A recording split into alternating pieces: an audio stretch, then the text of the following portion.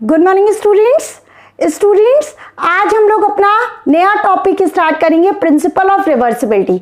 बेटा यहाँ पे ये चीज ध्यान रखिएगा, जो रे और वेव ऑप्टिक्स है दोनों ही आपका इंपॉर्टेंट चैप्टर है, तो इसका थोड़ा थोड़ा टॉपिक कवर कराएंगे। हम जल्दीबाजी एकदम नहीं करेंगे क्योंकि लास्ट के जो चैप्टर्स है वो बहुत ईजी हैं और बहुत ही जल्दी कंप्लीट होने वाले हैं। तो ये दोनों चैप्टर्स को आराम से पढ़ेंगे, कोई दिक्कत नहीं, ऑन टाइम आपका कोर्स कंप्लीशन होगा, कोई प्रॉब्लम नहीं, ठीक है। अब यहां पे आता है principle of reversibility.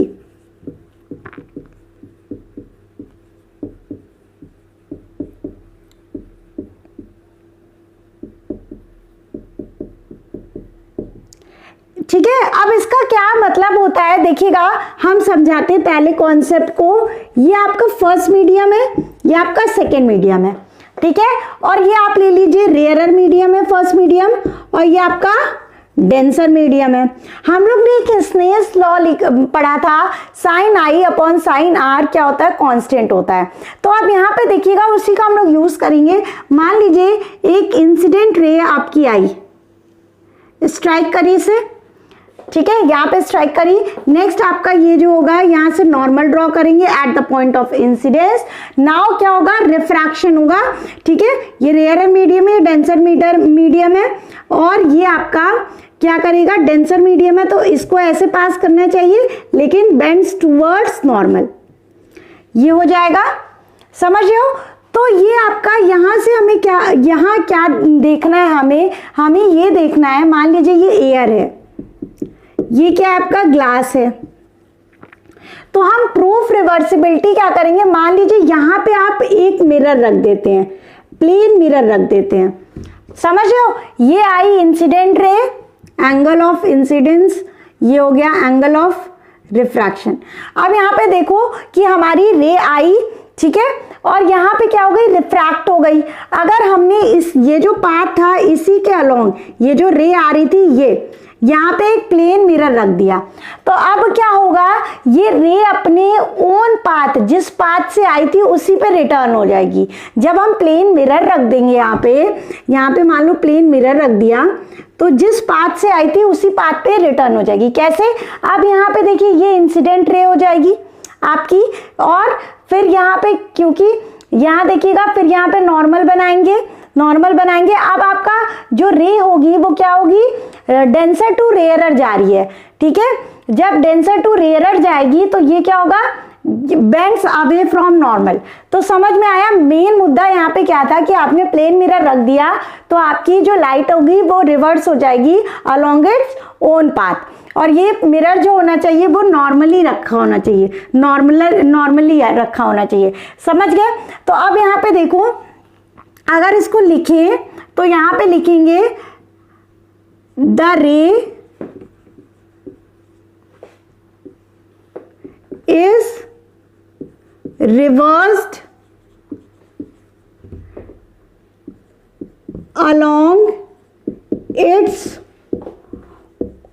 own path, ठीक है। जो रे होगी वो रिवर्स हो जाएगी along its own path when a plane mirror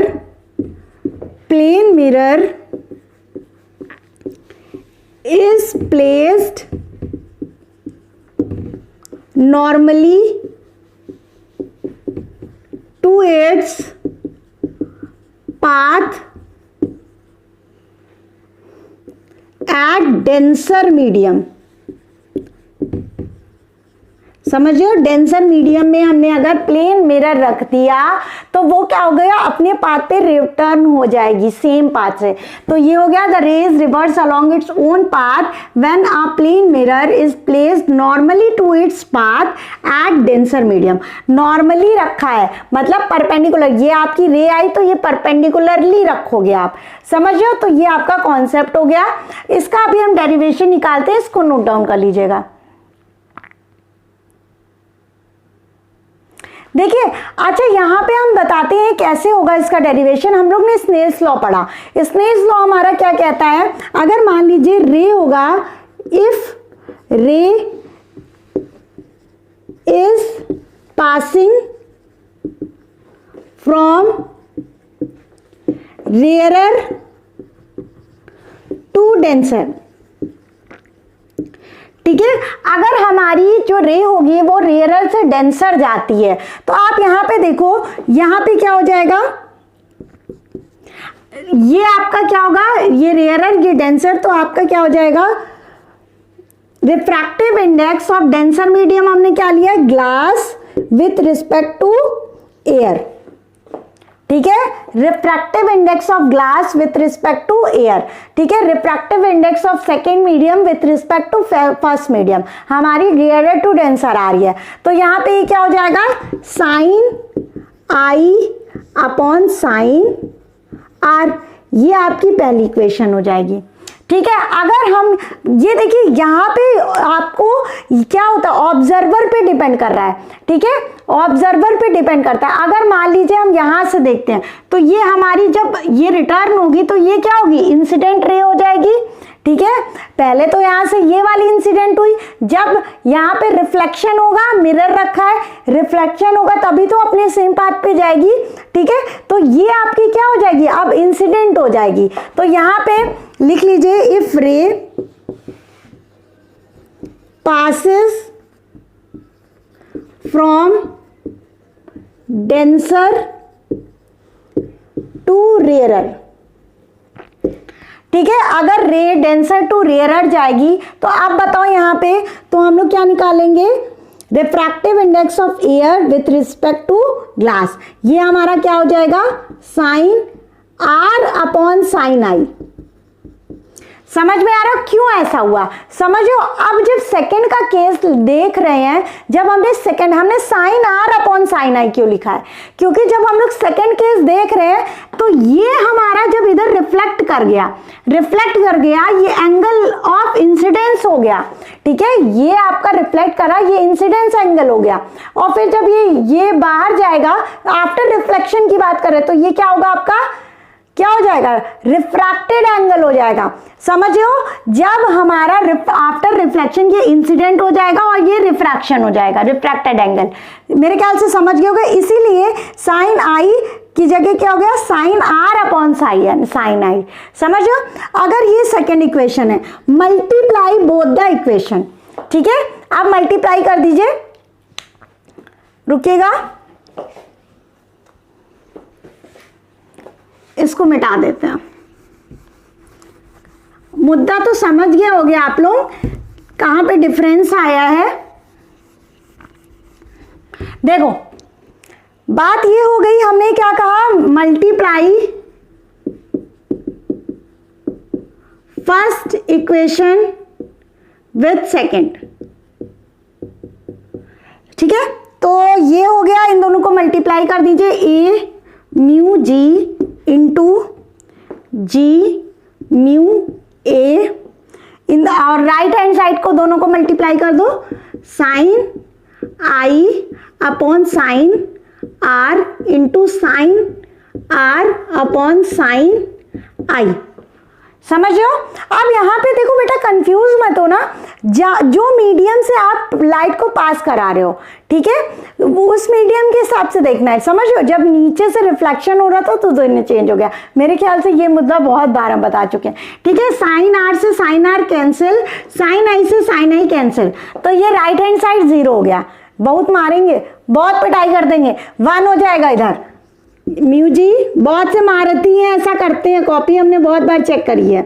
तो ये हो गया 1, कैंसिल होके 1 हो जाएगा। तो अब यहां से a mu g is equal to 1 upon g mu a हो जाएगा। दिस इज कॉल्ड क्या, रिवर्सिबिलिटी। यही हमें फाइंड आउट करना था कि अगर आपको मान लीजिए ग्लास का पता है तो आप, ठीक है, एयर का निकालना है। ठीक है, आपको ग्लास का पता है, एयर का निकालना है, तो 1 अपॉन ग्लास कर दीजिएगा, ग्लास का रिफ्रैक्टिव इंडेक्स, 1 अपॉन ग्लास मत रख दीजिएगा। ठीक है, समझो, अगर हमें क्या पता है, एयर का पता है, ठीक है, तो हम ग्लास का निकालेंगे, ग्लास का पता है तो एयर का निकाल लेंगे। ये हम एग्जाम्पल दे रहे हैं। मान लो 2 मीडियम होते हैं, ठीक है, तो अभी हम आगे डिस्कस करेंगे ये चीज, इसे नोट डाउन कर लीजिए। नाउ स्टूडेंट्स, हम लोग अपना नेक्स्ट टॉपिक देखेंगे, refraction through a glass prism. ठीक है, हमारा नेक्स्ट टॉपिक क्या कहता है, रिफ्रैक्शन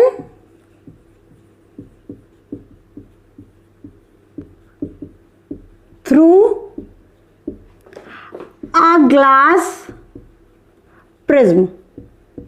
देखो बेटा, प्रिंसिपल ऑफ रिवर्सिबिलिटी बहुत ही इंपॉर्टेंट आपका टॉपिक है, ठीक है, ये भी बहुत इंपॉर्टेंट है, लेकिन इसमें जो है आपका प्रिंसिपल ऑफ रिवर्सिबिलिटी का यूज किया गया है।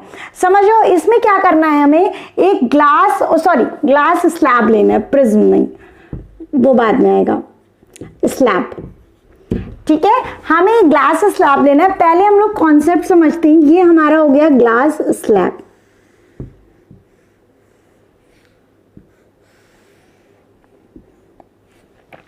ठीक है, ये हो गया ग्लास स्लैब। आप लोग स्केल से ड्रॉ करना, ये है P, ये है Q, PQRS ले लेते हैं इसे, ठीक है, ये ग्लास स्लैब है, हमने इनकी साइड्स को डिफाइन कर दिया है।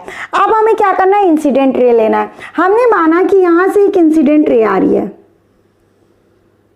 ये आपकी इंसिडेंट रे आई। अब यहाँ पे देखो, ये ग्लास स्लैब है ना, तो यहाँ पे पहले तो at the point of incidence हमें क्या करना है, नॉर्मल बनाना है।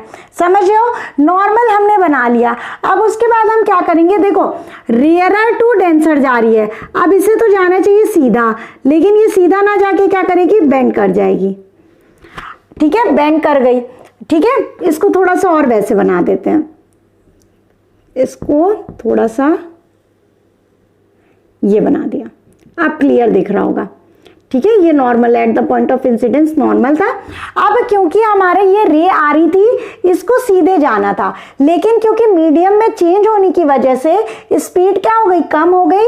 कम होने की वजह से वो बेंड्स टुवर्ड नॉर्मल। डेंसर में जब भी जाएगा बेंड्स टुवर्ड नॉर्मल, तो ये रेयरर टू डेंसर गया, बेंड्स टुवर्ड्स नॉर्मल की तरफ हो गया। ये हो गया एंगल I1, ये हो गया एंगल R1। समझ रहे हो। अब यहां से देखो, यहां पे ट्रेवल करा, अब यहां पे क्या होगा, अब ये बाहर भी तो निकलेगा, डेंसर टू रेयरर भी तो जाएगा। इसमें देखो दो कंडीशन आ रही है, रेयरर टू डेंसर, फिर डेंसर से बाहर निकलेगा तो रेयरर हो जाएगा। तो ये आपका देखो ये हो गया। अब ये जो रे आई है, यहाँ पे हमने नॉर्मल बनाया। अब यहाँ पे मेरी बात बताओ कि ये जो PQ था आपका, PQ फेज था, उसमें इंसिडेंट रे आपकी ये हो गई, इसको AB मान लेते हैं, AB हो गई, ठीक है, ठीक है। अब यहाँ पे देखो, ये जब इधर आया इस फेस पे, SR पे ये हमारी इंसिडेंट रे हो जाएगी, और रिफ्रैक्शन क्या होगा, आप देखो ये नॉर्मल यहाँ पे ड्रॉ करा और डेंसर टू रेयरर जा रहा है, तो ये बेंड्स अवे फ्रॉम नॉर्मल। समझ रहे हो क्या हुआ, ये वाली पहले AB हमारी इस फेस के लिए इंसिडेंट हो गई, फिर SR के लिए ये वाली लाइन हो गई, ठीक है। अब यहाँ पे देखो ये क्या हो जाएगा, I2 हो जाएगा, और ये क्या हो जाएगा, R2। समझ रहे हो, ये हो गया ABC, और ये आपको D मान लो। अभी हम समझाएंगे, सारी चीजें समझाएंगे। आप देखो क्या है, AB जो है आपकी incident ray on face PQ का ये इंसिडेंट रे है, ठीक है। और ये क्या है, उसके बाद BC आपकी refracted ray of face PQ। आप समझ रहे हो, देखो कैसे डिफाइन करा, AB जो है इंसिडेंट रे है, और BC आपकी रिफ्रैक्टेड रे है फेस PQ के लिए। नेक्स्ट आपका फिर से BC जो होगा, अब ये जो BC है आपका, वो इंसिडेंट रे होगा SR के लिए ना। अरे बाबा, ये इस पे पड़ी और ये वाली जब इधर करी, ये मीडियम चेंज हो गया, तो ये इंसिडेंट आई और ये रिफ्रैक्ट कर गई। समझो, अब BC आपकी क्या हो गई, incident ray on face SR, ये इंसिडेंट हो गई रे। नेक्स्ट आपकी क्या हो जाएगी, CD आपकी रिफ्रैक्टेड रे हो जाएगी ऑफ फेस SR, ये हो गया। इसी को CD को हम लोग एक और चीज बोलते हैं, इमर्जेंट रे। निकल रही है ना बाहर, इमर्ज हो रही है, तो इसको बोलते हैं इमर्जेंट रे। और हमारा जो R2 होता है उसे क्या बोलेंगे, इमर्जेंट एंगल। ठीक है, ये वाली रे को इमर्ज हो रही है, बाहर की साइड आ रही है मतलब, तो ये क्या हो रही है, इमर्जेंट रे हो गई। और ये वाला एंगल क्या हो गया, इमर्जेंट एंगल। इतना नोट डाउन कर लीजिए, इसका डेरिवेशन बताते हैं।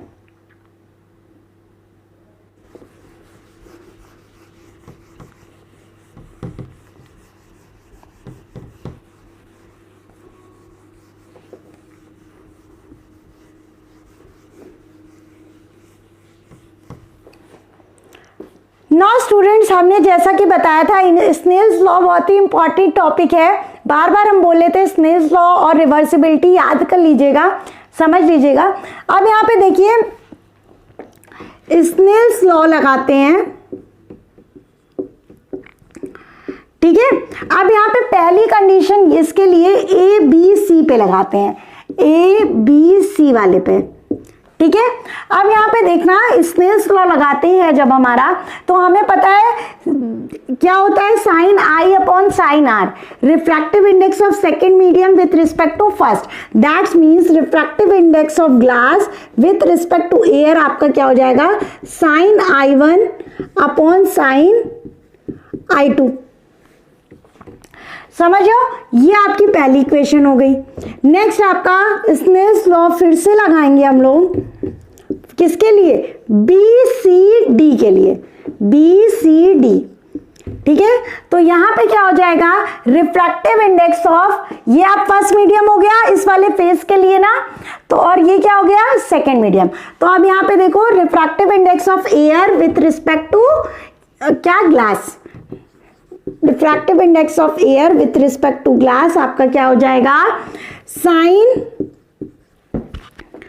यहां पे क्या हो जाएगा, I2 upon sine R2। This is your second equation. बेटू यहाँ पे क्या होगा, R2 होगा, मैंने गलत लिख दिया, sine I upon sine R होता है। अच्छा, अभी तक क्लास में होते मेरे ऊपर एकदम सवार हो जाते, अरे मैम कैसे लिख दिया, अरे परेशान हो गए, 4-5 तो ऐसे ही हो जाते हैं। चलो ठीक है, ये हो गया। अब हम क्या करेंगे, फिर से मल्टीप्लाई फर्स्ट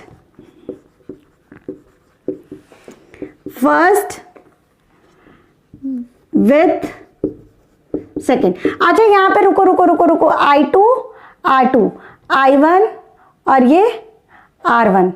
ठीक है, ये हो गया I2 R1। ठीक है, मल्टीप्लाई फर्स्ट विथ सेकेंड कर दो, समझो, यहां पे R1 हो जाएगा साइन I1 अपॉन R1। ठीक है, ये साइन I2 अपॉन R2, ये हो गया।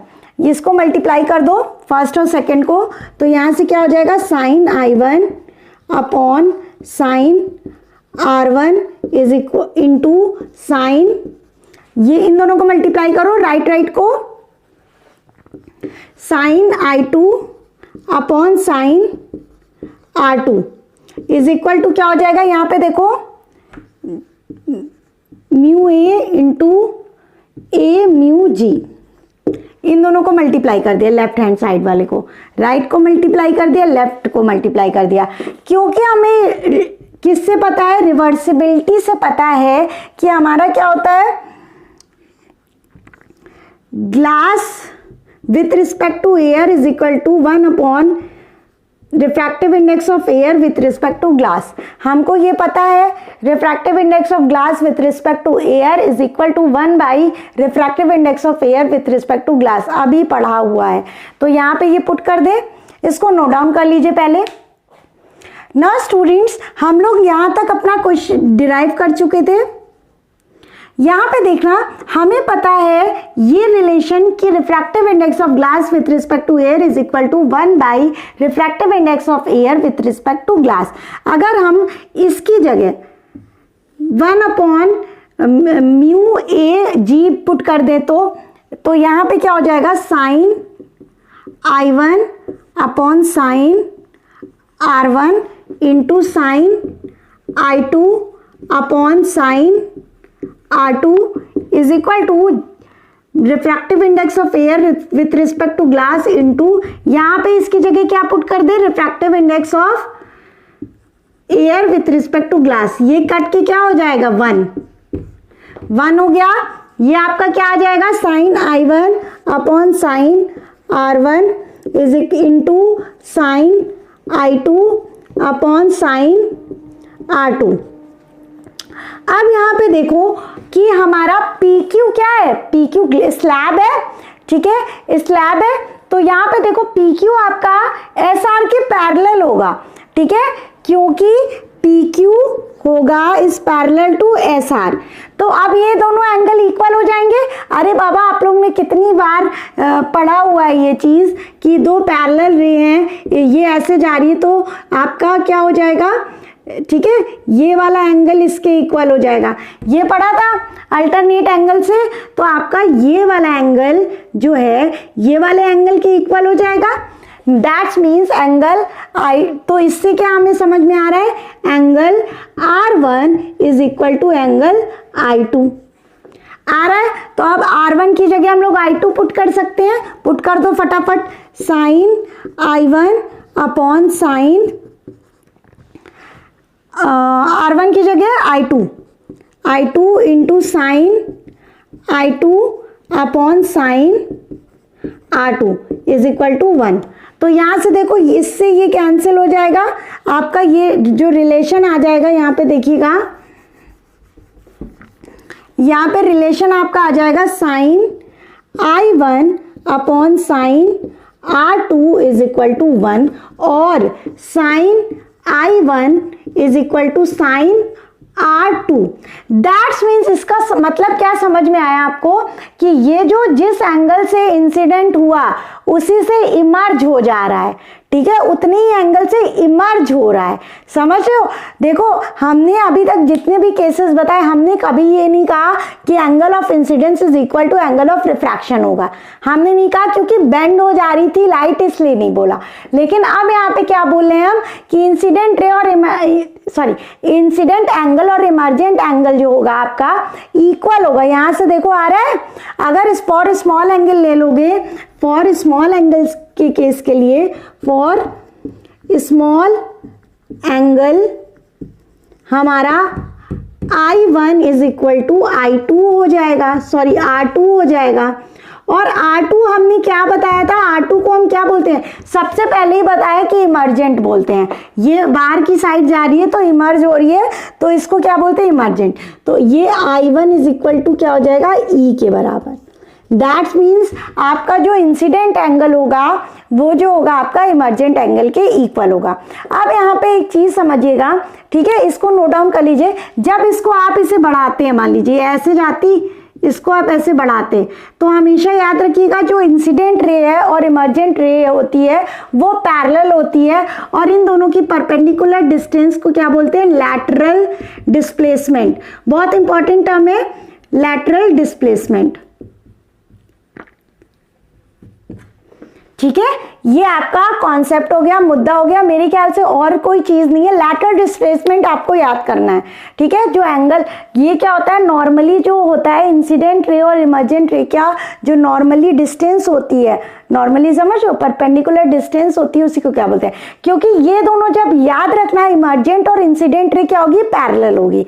इमर्जेंट को जो R2 वाले, ये क्या होता है, इमर्जेंट एंगल होता है। ये मेरे ख्याल से बच्चों हमें जरूर बताइएगा रे ऑप्टिक्स समझ में आ रहा है। अगर आपको मॉडिफिकेशन चाहिए या कोई चीज चाहिए कि मैम ऐसे नहीं ऐसे करके बताइए, तो हम जरूर बताएंगे, क्योंकि रे ऑप्टिक्स जल्दी कई बच्चों को नहीं समझ में आती है और कई को बहुत जल्दी समझ में आती है। तो ये मेरा भी टैलेंट है और कुछ आपका भी टैलेंट है। तो आप अगर कोई होता है प्रॉब्लम तो मेरे से जरूर डिस्कस करिएगा, ठीक है। इसे नोट डाउन कर लीजिए।